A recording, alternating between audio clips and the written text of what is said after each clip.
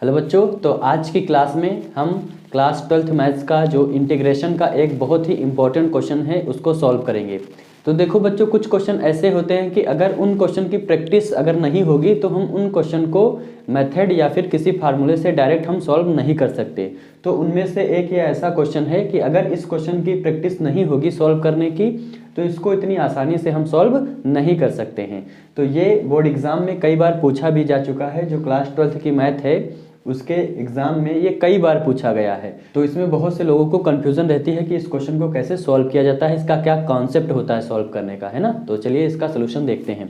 तो देखो यहाँ पर जो क्वेश्चन दिया गया है तो सबसे पहले उसको आई के इक्वल कंसीडर कर लेना है। अब यहाँ पर क्या दिया गया है, integration 1/cos x + a into sine X plus ए।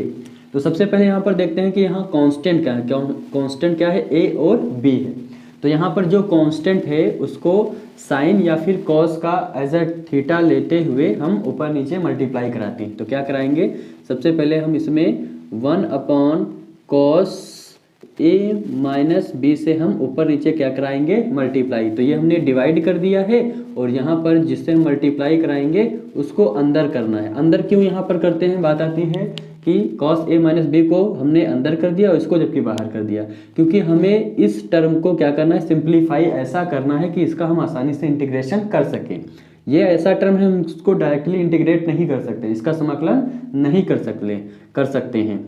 लेकिन अगर हम cos a - b की हेल्प से अगर इसको हम उस टर्म में चेंज कर दें जिससे कि हम इसका आसानी से इंटीग्रेशन कर सकें, तो अगर हम इसको सिंप्लीफाई करेंगे तो हम इसका आसानी से इंटीग्रेशन कर सकते हैं।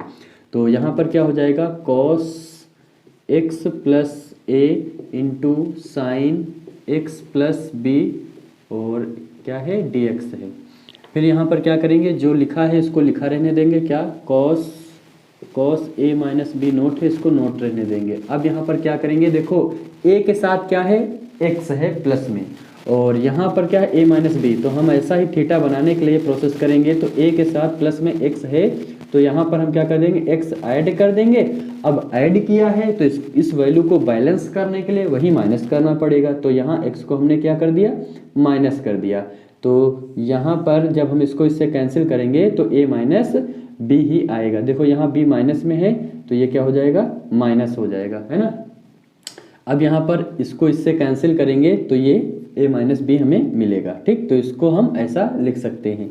नीचे जो लिखा है इसको वही लिख देंगे, cos x + a और into sine X plus b dx। फिर इसके बाद यहाँ पर नोट करेंगे 1/cos a - b इंटीग्रेशन। अब यहाँ पर क्या करेंगे, cos और यहाँ पर x + a को एक हम ब्रैकेट में कर लेंगे और यहाँ माइनस हम कॉमन ले लेंगे। तो यहाँ पर क्या हो जाएगा, x + b, इसको दूसरे ब्रैकेट में नोट कर देंगे और अपॉन में क्या हो जाएगा, cos x + a into sign x + b और dx। अब देखो यहाँ पर इस टर्म को, इस ब्रैकेट को a कंसीडर करेंगे और इस ब्रैकेट को b कंसीडर करेंगे तो हमारा फार्मूला बनेगा cos a - b।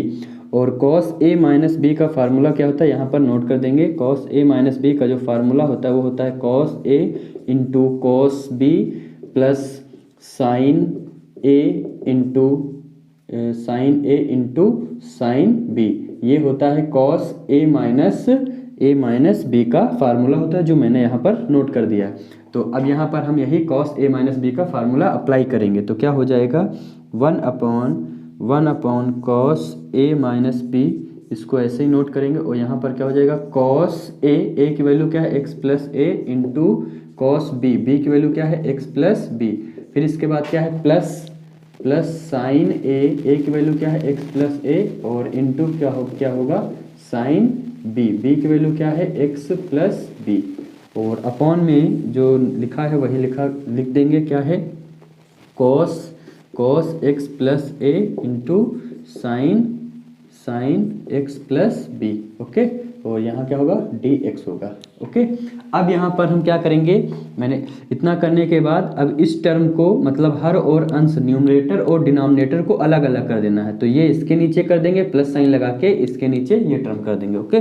तो यहाँ पर क्या लिखेंगे, 1/cos a - b और यहाँ पर ब्रैकेट नोट करेंगे और integration cos X plus A into cos X plus B और अपॉन में क्या हो जाएगा कॉस एक्स प्लस ए और इंटू क्या होगा साइन एक्स प्लस बी और यहाँ पर डी एक्स। इस टर्म को हमने इसके साथ कर दिया और प्लस साइन लगाएंगे इंटीग्रेशन इसके साथ। अब इस टर्म के अपॉन में ये लिखेंगे क्या हो जाएगा sine X plus A into sine X plus B और अपॉन में क्या हो जाएगा ये हो जाएगा cos X plus A into sine X plus B D X. Okay, तो इतना समझ में आ गया होगा। देखो सबसे पहले हमने क्या किया, एक बार रिवाइज कर लेते हैं। सबसे पहले कॉस ए माइनस बी से हमने डिवाइड किया, इससे मल्टीप्लाई किया, फिर इसके बाद एक्स ऐड किया, एक्स माइनस किया। क्यों? क्योंकि यहाँ पर जो हमारा जो कॉस के साथ ब्रैकेट लगा है वो क्या है एक्स प्लस ए है, तो यहाँ पर जबकि ए है इसलिए एक्स को ऐड कर दिया और साइन के साथ क्या एक्स प्लस बी है इसलिए हमने साइन को माइनस कर दिया, माइनस कॉमन लेंगे तो ये दोनों हमारे जो थीटा हैं वो यहाँ पर जैसे फार्मूला अप्लाई करेंगे मिल जाएंगे। और फिर क्या करेंगे, इस हर अंश को अलग अलग करेंगे न्यूमरेटर डिनोमिनेटर को, तो कुछ इसको ऐसा लिख सकते हैं। अब यहाँ पर देखिए ये और ये इंटू का साइन है इसलिए ये वैल्यू क्या हो सकती है कैंसिल हो जाएगी।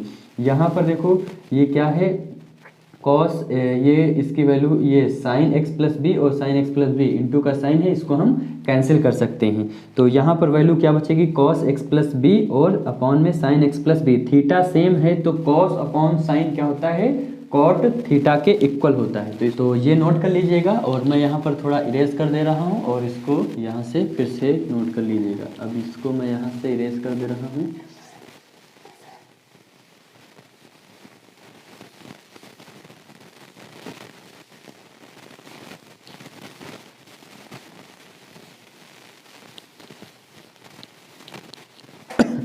तो इसके बाद अब ये टर्म देखो हमारा ऐसे ही नोट हो जाएगा, क्या है कॉस ए माइनस बी और ब्रैकेट में अब यहाँ पर इंटीग्रेशन का साइन है और cos X plus B upon sine X plus B, तो ये मिलकर क्या हो जाएगा cot X plus B D x.